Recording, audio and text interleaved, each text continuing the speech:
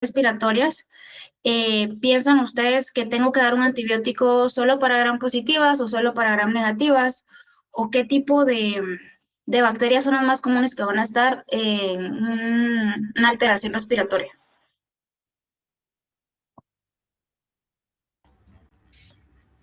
Bordetella y Pastorela, Ok, gram positivas, gram negativas, gram para negativa. saber qué espectro. Ok, ¿qué dicen los demás? ¿Será que doy solo antibióticos para gram negativas en algo respiratorio?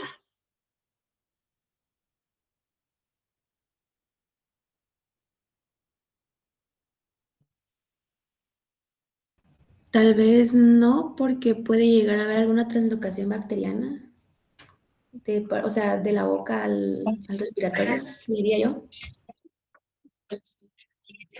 Ok, sí, sí, exacto. También tenemos estafilococos, ¿verdad? Que también pueden ser gram positivos. Entonces, em, las bacterias que me van a estar afectando aquí van a ser gram positivas y gram negativas. O sea que tengo que dar un antibiótico de amplio espectro, ¿sí? Ok,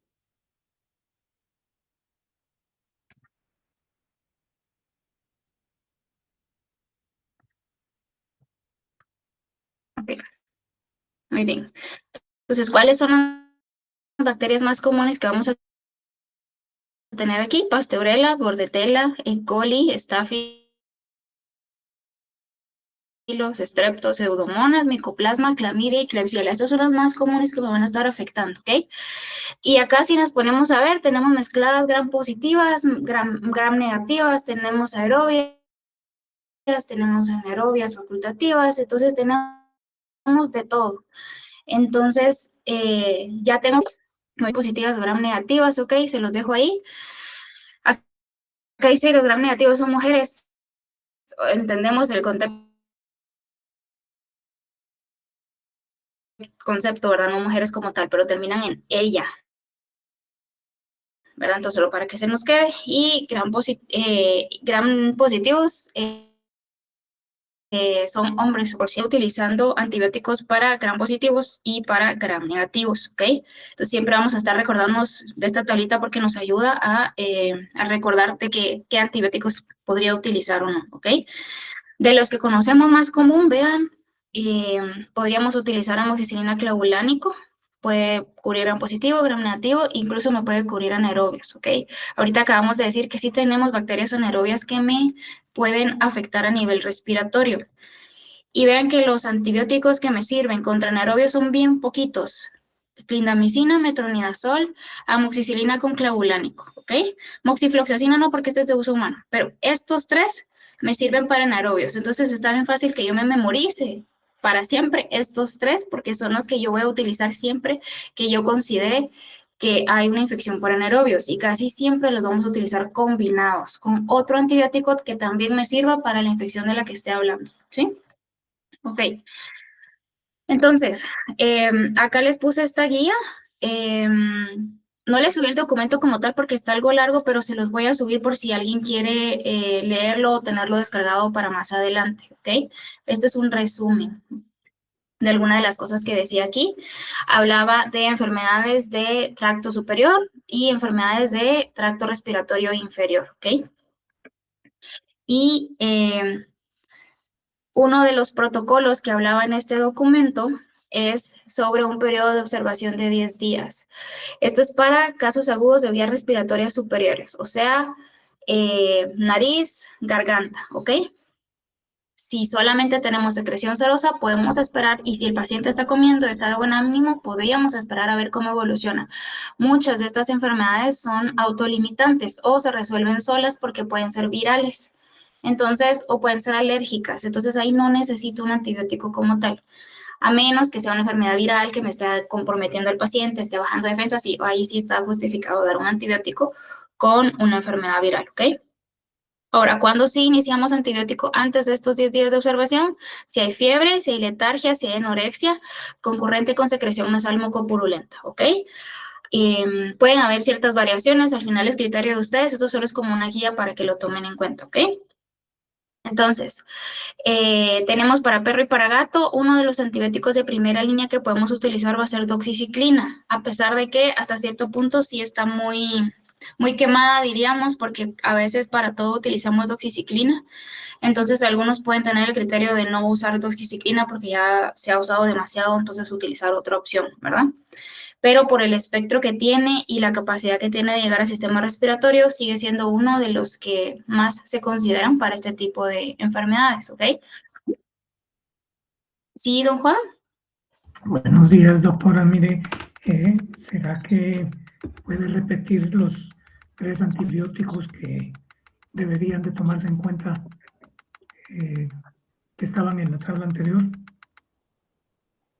La tabla anterior. Esa. Estos.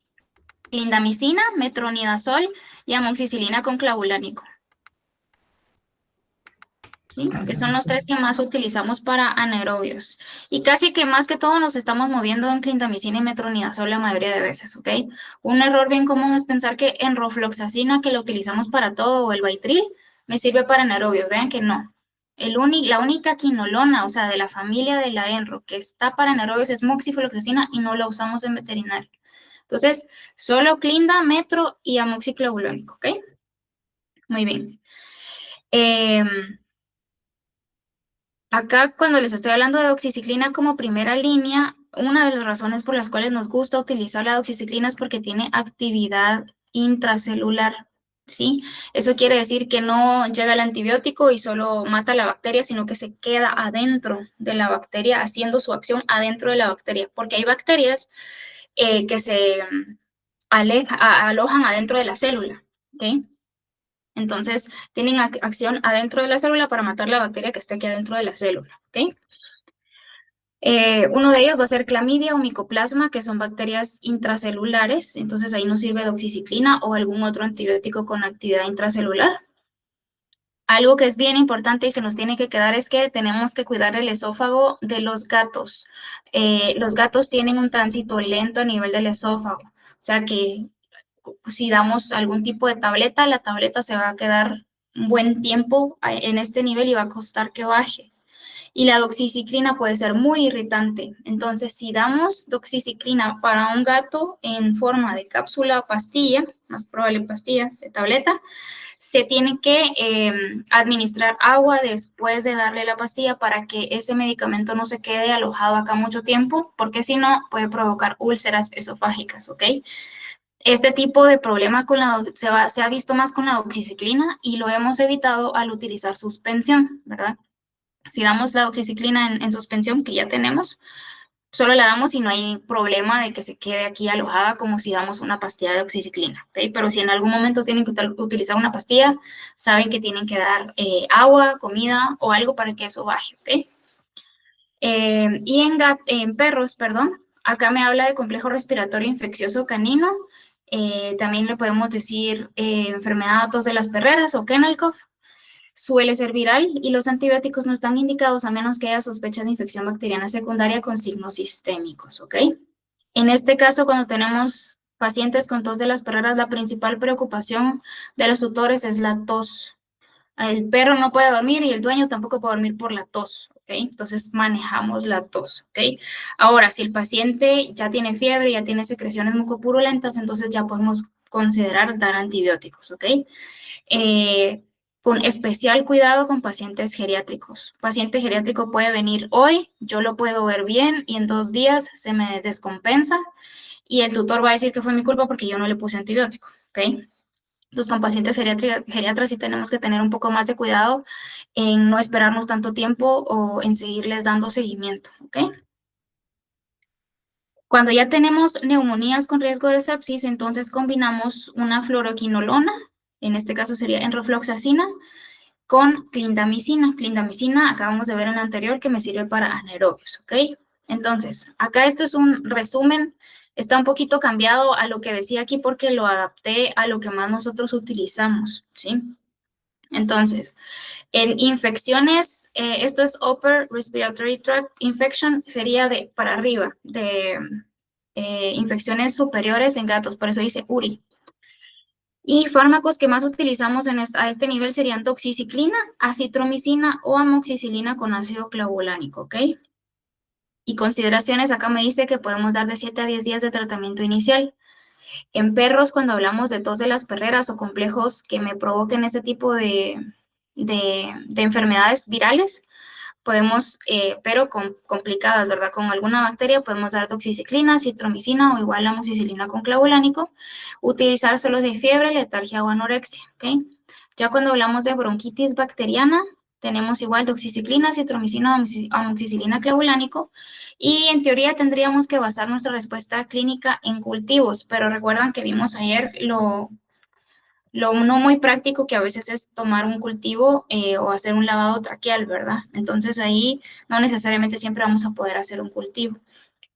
Cuando tenemos neumonías, vean, ya no utilizamos los 3 primeros de arriba, sino que ya nos vamos a algo un poco más fuerte, que es una ceftriaxona. Ceftriaxona es una cefalosporina. Ahorita vamos a hablar más un poquito de ella, de tercera generación. Si alguien ha utilizado la ceftriaxona, viene en un vial en polvo, lo reconstituimos y se administra de manera intravenosa o intramuscular. Si tenemos el paciente hospitalizado, pues mejor intravenoso, ¿ok? Pero cuando yo doy de alta al paciente, yo no puedo seguirle dando el mismo antibiótico porque yo no le voy a dar el frasquito de ceftriaxona a la persona que lo está cuidando, ni voy a hacer que el propietario venga todos los días, ¿ok? A veces, cuando el paciente pasó mucho tiempo hospitalizado y ya solo nos quedan 2 días de antibiótico, yo sí hago que vengan solo 2 días para terminar mi régimen con ceftriaxona y no tener que cambiarme. Pero si solo le puse 2 días de ceftriaxona y todavía me faltan 5 o 6 más, entonces ahí ya me toca cambiarme a otro antibiótico, ¿ok? Entonces, puedo continuar con otra cefalosporina que sí sea de esta misma generación, tomada, o mejor me puedo pasar a una quinolona, que es una enrofloxacina, que está más a la mano, ¿ok? Pero el rango de espectro sigue bastante parecido, por eso podríamos cambiar de ceftriaxona a dar una quinolona luego ya tomada, ¿ok?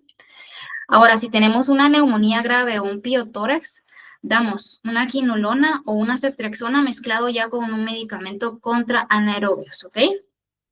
Y al inicio, pues igual parenteral, porque ya es algo grave, necesitamos que ese medicamento entre rápido, no me voy a esperar a que sea absorbido de manera oral, ¿ok? Muy bien, ¿alguna duda con este cuadrito? Porque ahorita vamos a empezar a hablar de los antibióticos que mencionamos acá.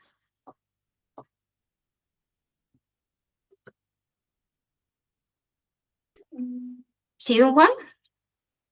Sí, doctora, yo no tengo duda con el antibiótico. El cuadrito está bastante claro, pero más esta parte de esperar 10 días antes de administrar o 7, 10 días antes de administrar el antibiótico se contradice con algunas recomendaciones de algunos otros docentes. Yo entiendo que se debe de formar el criterio, pero a estas alturas no tenemos referencia para formar criterio. Le voy a hacer un comentario de lo que nos decían. Miren, hay tutores que uno les dice esto y ellos lo comprenden. Pero hay otros que dicen, esa carne pisto quiere y por eso quiere que se lo traiga dentro de 2, 3 días. Y esos tutores, pues aunque sea vitaminas, hay que darle para que se vayan tranquilos. Yo quisiera escuchar su opinión, doctora, disculpe. Sí, buena pregunta, don Juan. A veces lo que dice la literatura no es lo que es a veces muy factible en la vida real, ¿ok? Entonces, yo les digo acá, aquí me están diciendo que tengo que esperar 10 días, pero primero tengo que ver a mi paciente, tengo que ver el contexto de mi paciente, si tiene alguna comorbilidad, o sea, alguna otra enfermedad crónica que me lo predisponga a alguna infección, ¿verdad? Y les digo esto de que a veces uno ve al paciente y está bien y uno no considera tener que dar antibiótico y cabal a los 2 días se pone mal y lo primero que hace el dueño es decirme, es que usted se va a morir mi perro porque usted no me le dio antibiótico, ¿ok? Entonces, ¿vamos a estar dando antibióticos solo para que la gente esté feliz? también es otra cosa, ¿verdad? Ese tipo de dilemas no nos los quitamos de encima como médicos.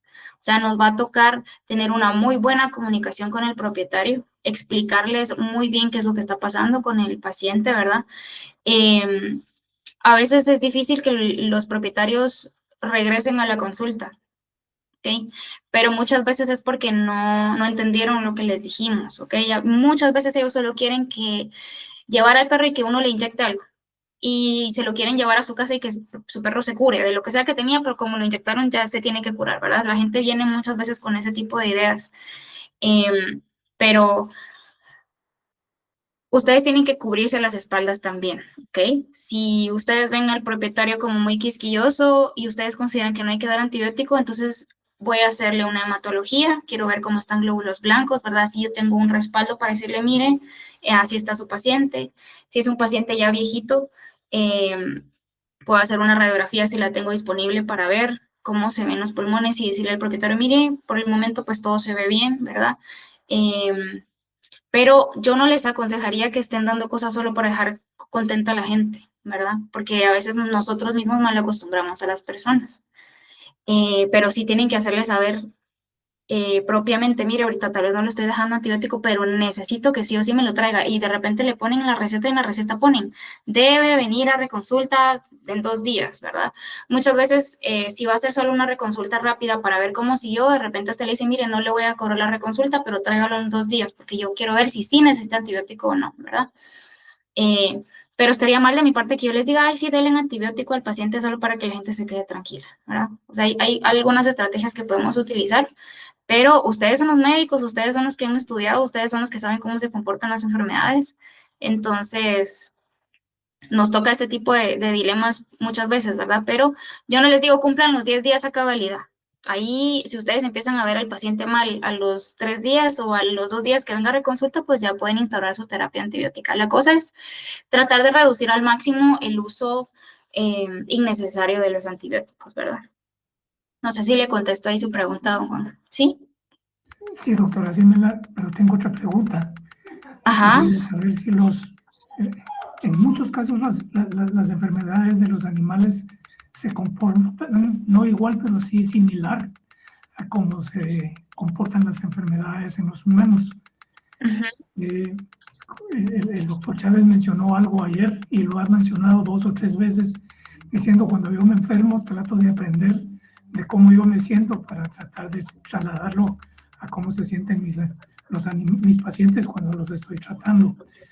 Dice que yo tengo una característica hereditaria que la heredé de mi papá y es básicamente que mis catarros empiezan seguramente virales, pero casi 100% de veces me atacan bacterias oportunistas. Y atrás del viral viene la bronquitis, la bronconeumonía, neumonía, y era muy parecido a lo que les reitero, padecía mi papá y ahora padezco yo. Claro. No sé si eso es parecido en los animales, ¿puede darse eso, doctora? Sí, sí. No solo, digamos, pacientes que ya tengan alguna enfermedad de base que los mantiene con defensas bajas, sino pacientes con alguna normalidad anatómica, ¿verdad? Que de por sí, por ejemplo, un braquicefálico mantiene mucha secreción. Él de manera normal mantiene mucha secreción. Se enferma de algo viral, de algo que le está estorbando el estar sacando más las secreciones, muy seguramente se nos va a complicar con algo bacteriano, ¿verdad? Entonces, tenemos que tomar en cuenta ese tipo de contextos. Y también a veces cuando nosotros ya llevamos un buen tiempo haciendo clínica,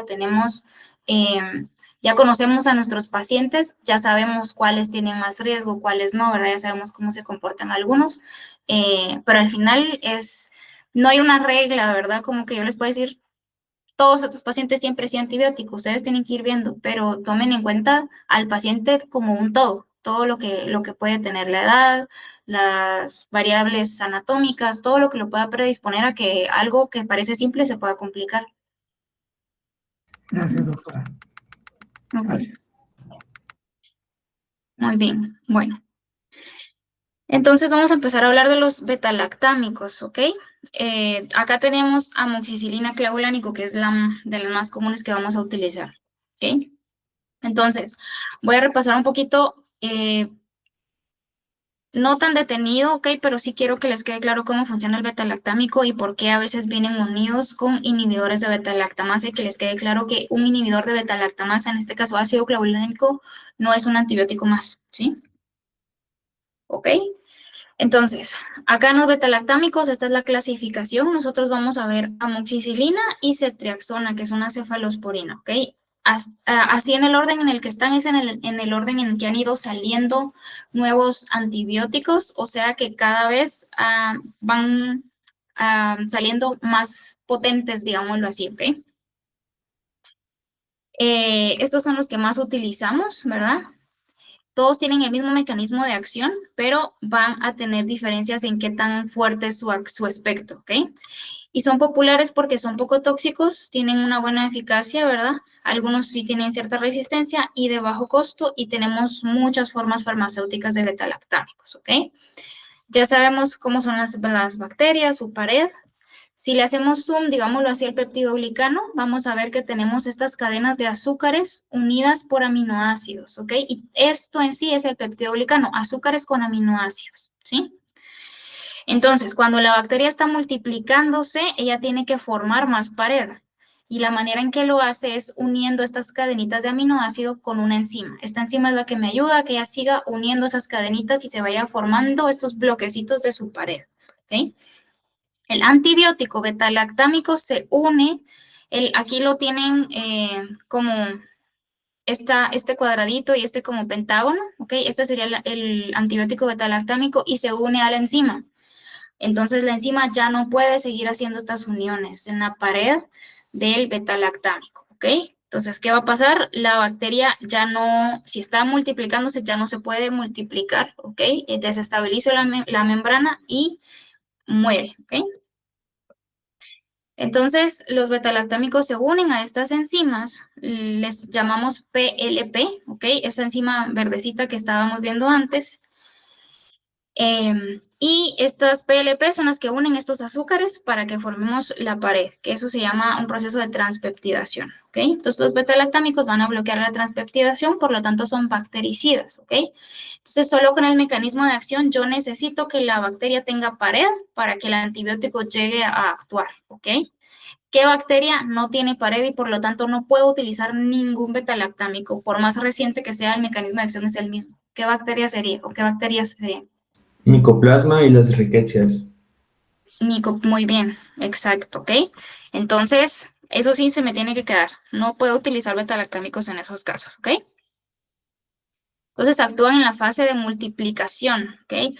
Ahora, las bacterias han desarrollado una manera de defenderse ante esto que nosotros hacemos. Y es algo que se llama beta-lactamasas. Vean que termina en asa. Casi que todo lo que termina en asa me está diciendo es una enzima, ¿ok? Entonces la bacteria se va a defender con una enzima. Y esta enzima va a destruir el anillo beta-lactámico, o sea, va a romper la estructura química del antibiótico para que ya no le afecte su proceso de creación de pared, ¿ok? Las bacterias también se defienden haciendo más impermeable su membrana, esto lo hacen las bacterias gram negativas, y modifican el área de unión de este antibiótico, que sería la PLP. La pueden cambiar de forma, digámoslo así, luego el antibiótico ya no puede actuar ahí y ya no le bloquea su transpeptidación, ¿ok? Muy bien.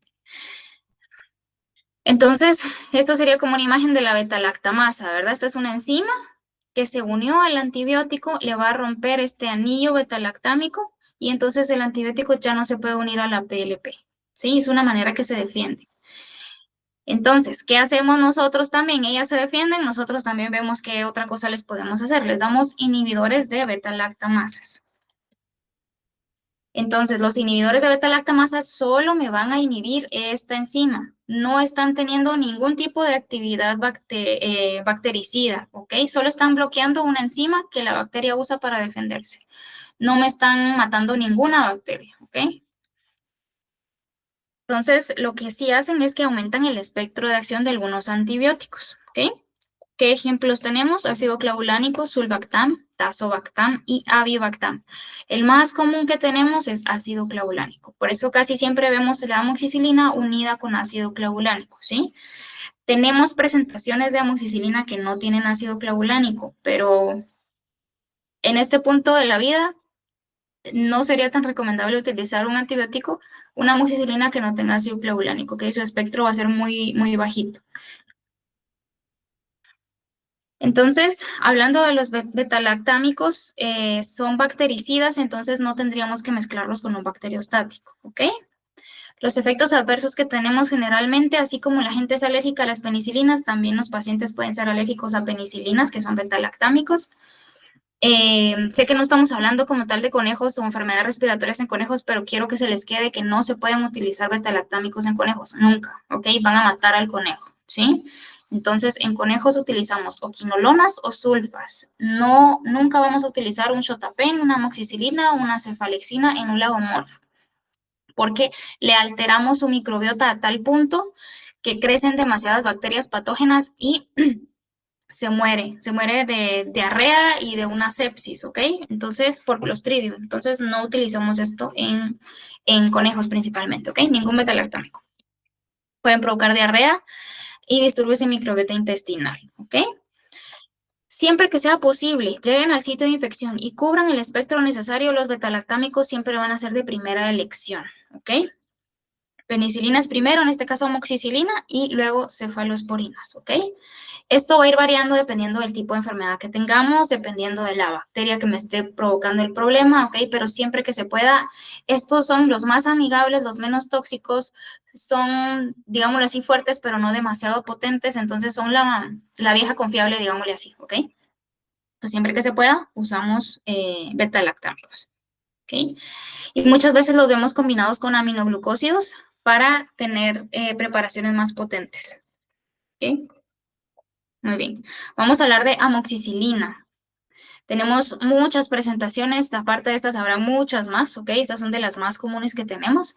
Pacientes chiquitos, casi siempre vamos a utilizar suspensión. ¿Qué tenemos que tener cuidado? Tenemos que leer el prospecto de lo que nosotros estamos dando, ¿ok? No solo miro que, dice amoxicilina y la doy. Porque, por ejemplo, este clavuxibet suspensión, si yo leo el prospecto, lo tiene que reconstituir la persona con agua que esté hervida, la dejan enfriar y lo llenan hasta una rayita que está por acá, lo mezclan y lo tienen que guardar en refrigeración. Y el prospecto dice que solo me dura 7 días en refrigeración. Y si yo no leo el prospecto o yo no sé el fármaco que estoy dejando, si el tratamiento yo se lo dejé por 14 días a mi paciente, el dueño no se va a poner a leer el prospecto, el dueño solo me va a hacer caso. Y después de los 7 días, el dueño le sigue dando el medicamento al paciente y es un medicamento que ya no tiene efecto. Entonces, si yo voy a utilizar esta suspensión, yo le tengo que decir al propietario, mire, compra esta y esta solo le dura 7 días. A los 7 días tiene que comprar otra, ¿ok? Por ejemplo, este otro que dice amoxin, yo puedo leer solo acá, pero no me doy cuenta que también tiene bromexina, ¿ok? Entonces, tengo que darme cuenta si vienen mezclados con algún otro medicamento. Y este que dice amoxicilina LA, es amoxicilina de larga acción, me dura 48 horas. Pero si yo leo, solo trae amoxicilina, no tiene ácido clavulánico, ¿ok? Entonces, ahí ya se me reduce la cantidad de enfermedades que puedo tratar con este medicamento, ¿ok? A pesar de que sea de larga acción. Y luego estos dos, pues sí, ya son amoxicilina con ácido clavulánico, ¿ok? Muy bien. ¿Qué farmacocinética tenemos con amoxicilina?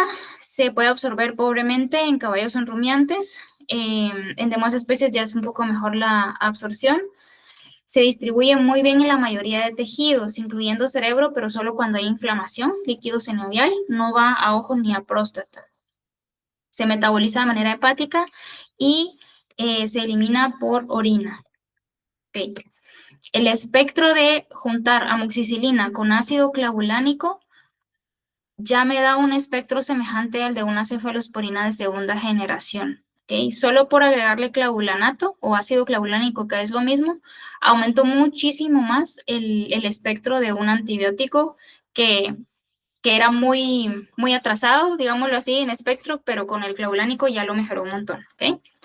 Ya dijimos, no es útil contra micoplasma porque no tiene pared, no es de elección contra clamidia, porque clamidia es una bacteria intracelular, ¿ok?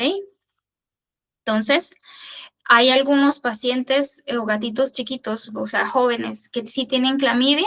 No puedo dar doxiciclina, ya vamos a ver más adelante que doxiciclina es una tetraciclina y no se dan pacientes jóvenes porque puede alterar el crecimiento, ¿ok? Se une al calcio en un paciente joven, entonces causa daño en los dientes, daño en los huesos, entonces no lo damos en pacientes jóvenes. Entonces, si tengo un gatito chiquito con clamidia y no le puedo dar doxiciclina, pues ahí sí podría utilizar amoxicilina con ácido clavulánico, a pesar de que no sea, digamos, el de elección, ¿ok? Puede ser efectivo contra bordetela. Y acá están las dosis.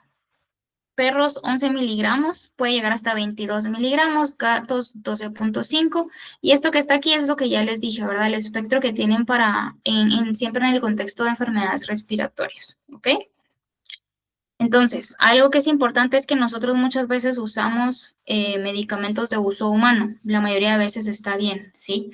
Pero cuando utilizamos amoxicilina más ácido clavulánico, tenemos que ponernos a pensar que como no viene formulado para nuestros pacientes, nosotros tenemos que hacer el cálculo de dosis sumando los miligramos de ácido clavulánico que tenga esa formulación. Entonces, a veces tengo la caja del medicamento, me dice cuántos miligramos de amoxicilina y aparte me dice cuántos miligramos de ácido clavulánico, ¿ok? Si aquí me dice que son 500 de amoxicilina y, por ejemplo, 32 de ácido clavulánico, yo sumo 500 más 32, son 532. Entonces, todo ese medicamento, para hacer mi cálculo de dosis, lo hago sobre los 532 miligramos, ¿ok? Si utilizamos presentaciones de uso veterinario, no es necesario hacer este cálculo. Solo vemos que dice 500 de amoxicilina, entonces hago mi cálculo de dosis en base a esos 500. ¿Ok? Muy bien. Vamos a hablar de cefalosporinas. Las cefalosporinas, las bacterias tienen un poco menos de capacidad de defenderse de ellas que de las penicilinas. Pero las bacterias han desarrollado una manera de defenderse de estos antibióticos y es también produciendo otras enzimas que se llaman cefalosporinasas, ¿ok?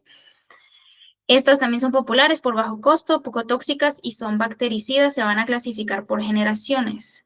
Existen 5 generaciones de cefalosporinas. La quinta, nosotros como médicos veterinarios no la utilizamos, esa es para uso humano. Nosotros nos movemos entre la primera y la cuarta, pero casi siempre utilizamos solo de primera y de tercera, ¿sí? ¿Ok? Entonces, esto no se los voy a preguntar como tal, solo es para que vean las generaciones que tenemos. Vean que tenemos aquí de primera generación y si nos ponemos a leer, seguramente el que les suena es cefalexina, ¿ok? Entonces, muchas veces utilizamos cefalexina y vean que es una cefalosporina de primera generación, ¿ok? O sea, que es de las menos potentes de las cefalosporinas que tenemos. Vamos a las de segunda generación y prácticamente no utilizamos de segunda generación. Si vemos los nombres, casi no las usamos, ¿ok? Y luego vamos a tercera generación. Utilizamos ceftriaxona, utilizamos ceftazidima, ceftiofur. Esto se utiliza mucho en especies mayores, ¿ok? Entonces, las que más usamos a veces son tercera y primera. ¿Ok? Y son muy potentes contra gram negativos. ¿Ok? Muy bien. Entonces, farmacocinética de cefalosporinas. La absorción oral es variable. La ceftriaxona, si alguien la ha visto, tiene solo presentación de vial para administrar intravenoso o intramuscular. No hay ceftriaxona oral. ¿Ok? La distribución se distribuyen en la mayoría de los líquidos y tejidos, hueso, líquido pleural, sinovial, pericárdico, riñón, orina. Puede estar en bilis si no hay alguna obstrucción. Y las cefalosporinas de primera y segunda generación no penetran bien a través de la barrera hematoencefálica. ¿Okay? Ahora las de tercera generación sí tienen una buena penetración. Metabolismo va a ser por nivel hepático, excreción, por vía renal. ¿Okay? ¿Qué efectos adversos principales vamos a tener igual con las cefalosporinas? Hipersensibilidad, alteración en la microbiota gastrointestinal, dolor, enrojecimiento e inflamación en el área de inyección. Esto es bien importante. Si alguien ha usado la ceftriaxona y la ha administrado o se la han administrado a ellos de manera intramuscular duele un montón. Entonces, una de las cosas que hacemos es mezclar la ceftriaxona que viene en polvito con lidocaína. Sí la vamos a administrar de manera intramuscular, ¿ok?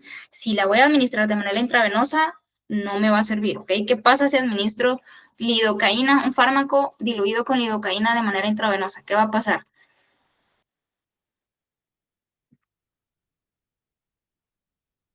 Si es gato se puede descompensar bastante el corazón. Si es perro va a bajarle la frecuencia bastante. Exacto, si es perro, vamos a provocar una arritmia, pero reduciendo el potencial de acción, ¿verdad? Entonces, bajando la frecuencia cardíaca. Y si es gato, dependiendo de qué tantos ml le pusimos, se puede hasta morir, ¿ok? Porque la lidocaína intravenosa en gatos es tóxica, ¿sí?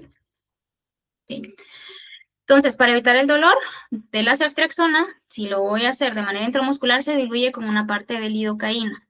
Si ustedes han visto el frasquito de lidocaína, viene con polvito, se reconstituye con hasta 10 ml de agua estéril. Si lo voy a utilizar para manera intramuscular, le agrego 5 ml de lidocaína y 5 ml de agua estéril, ¿ok? Entonces ya la tengo diluida en 10 ml. Y cuidado de no administrar la ceftriaxona diluida con lidocaína vía intravenosa. Entonces, ¿qué hago cuando yo estoy en clínica y hago eso? Yo con un marcador le pongo el frasquito diluida con lidocaína. Entonces, cualquier otra persona que venga y quiera utilizar ceftriaxona va a ver ahí que ahí dice lidocaína, porque si yo no la rotulo, cualquier persona puede pensar que yo la reconstituí de manera normal para uso intravenoso. Entonces, siempre, siempre, siempre tienen que marcar ahí que la reconstituyeron con lidocaína, ¿ok? Efectos adversos. Las cefalosporinas son nefrotóxicas, pero en menor grado que los aminoglucósidos. Y la nefrotoxicidad va a ser más evidente cuando haya una lesión previa a nivel renal o cuando combinamos dos medicamentos nefrotóxicos, ¿ok? Dosis muy altas o tratamientos prolongados podrían darnos neurotoxicosis, neutropenia, agranulocitosis, trombocitopenia, hepatitis, nefritis intersticial y necrosis tubular. En este caso, si tenemos que dar cefalosporinas por tiempo prolongado, tenemos que hacer seguimiento de funcionamiento renal. ¿Sí, Jacqueline? Disculpe, doctora, ¿puede volver a repetir nuevamente cómo se diluye la lidocaína? Con Sí, la tienes lidocaína y el... Ok, tu frasquito viene en polvito, viene 1 gramo de ceftriaxona ahí, tú agregas 5 ml de lidocaína y 5 ml de agua inyectable, agua estéril, ¿verdad? Y ya lo mezclas, lo rotulas con que tiene lidocaína y ya puedes utilizarlo tú. Entonces, tú sabes con cuánto lo reconstituiste, entonces tú sabes que vas a tener la concentración del medicamento 1 gramo en 10 ml, ¿verdad? Podrías hacerlo en menos si te es un poco más práctico, pero normalmente lo hacemos sobre 10 ml. Oh, muy bien, gracias. Ok, muy bien. Las cefalosporinas atraviesan la barrera placentaria y no se ha documentado que tengan algún efecto teratogénico, ¿ok? Siempre antibióticos que podemos utilizar en preñez, como les digo, la vieja confiable, betalactámicos, ¿ok? El uso de antibióticos puede provocar candidiasis oral o vaginal, o sea, al matar bacterias, los que van a aumentar en multiplicación van a ser hongos, entonces podemos tener candidiasis oral o vaginal, ¿ok? Entonces, acá solo es un cuadrito para que vean con qué fármacos al mezclarlos con cefalosporinas puedo tener nefrotoxicidad. Aminoglucósidos, furosemida, que ya los vimos, aminoglucósidos igual ya los vimos, y estos casi no los utilizamos. La verdad, anfotericina es para hongos, contra hongos, pero casi no lo usamos. Entonces, aminoglucósidos y furosemida tengo que tomar en cuenta que pueden llegar a ser muy nefrotóxicos combinados con cefalosporina. Ok. Entonces, ya hablando de ceftriaxona como tal, este es el vial de 1 gramo. Aquí es donde hacemos la reconstitución, como les digo. Si es intravenosa, solo con agua estéril. Si es intramuscular, sí con lidocaína, ¿ok? Cuando lo administramos de manera intravenosa, tiene que ser lenta, por lo menos unos 5 minutos. No se tiene que mezclar con soluciones que contengan calcio, ¿ok? Cuando hago la reconstitución, porque pueden formarse precipitados y luego yo administrar esos precipitados de manera intravenosa. Entonces, sería muy peligroso para el paciente.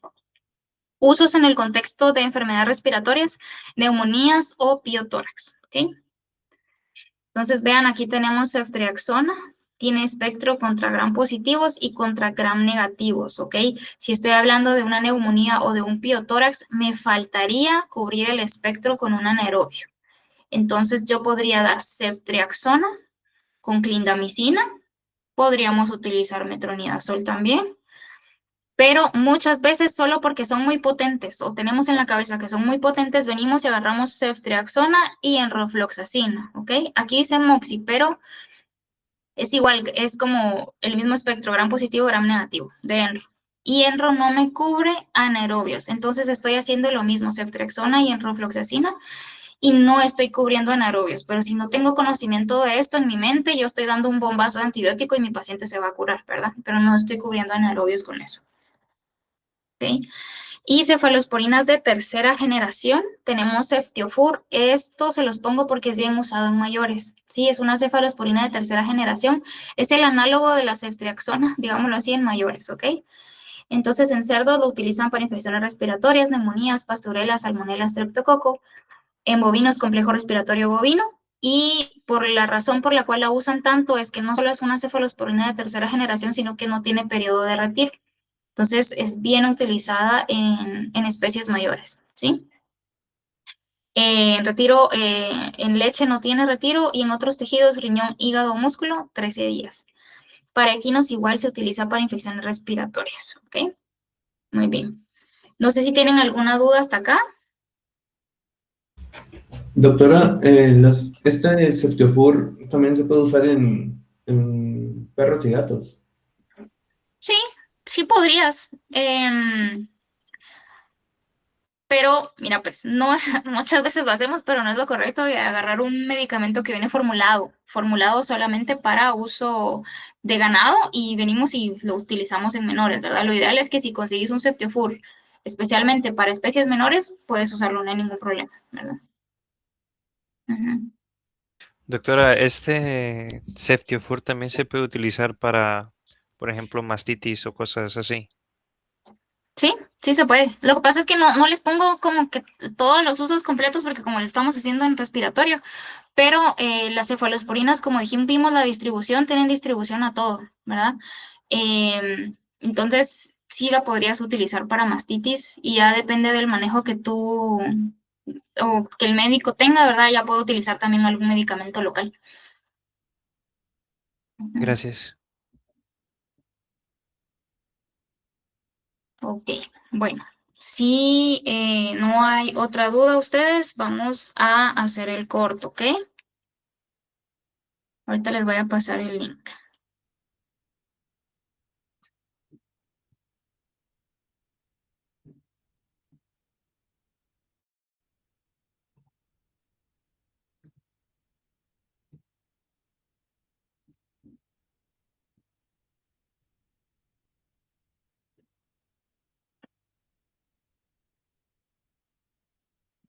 Ok, entonces siempre no me van a poner su nombre completo, me van a poner solo su carnet. Tenemos 1 minuto y medio, ¿sí? Entonces, pilas, ahorita se los voy a publicar.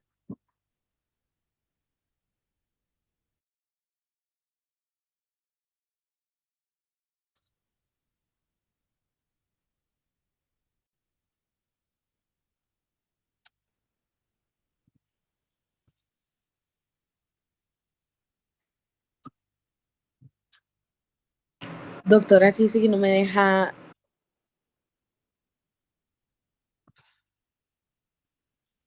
Ok, ya estuvo ustedes.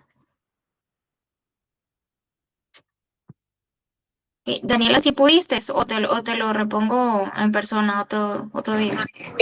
Yo creo que sí, doctora, lo grabé porque es que hasta me salían como en grisáceas las letras. No sé, siempre lo he hecho en el iPad, pero ahorita no me deja. Ok, bueno, está bien, entonces te lo repongo si quieres entonces el otro martes. El otro martes de exámenes. Ay, espérame, cierto, perdón. Podría ser el jueves, pero no sé si tú vas el jueves, si no lo dejamos para después de parciales. Tú. Bien, sí voy. ¿Sí puedes? Va. Sí. Entonces solo sería después de las 11 que tengo laboratorio de fisio. Está bien, perfecto. Gracias, doctora. Ok, muy bien. Bueno, ¿alguna duda ustedes?